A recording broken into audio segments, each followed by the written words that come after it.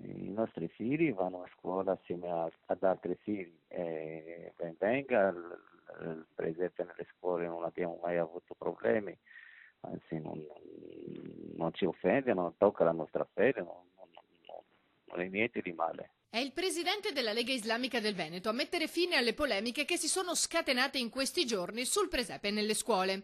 Tutto è partito dal caso dell'Istituto di Favaro Veneto Ilaria Alpi, dove la dirigente scolastica ha deciso di non partecipare al bando regionale che metteva a disposizione un rimborso per le scuole che esponevano il presepe.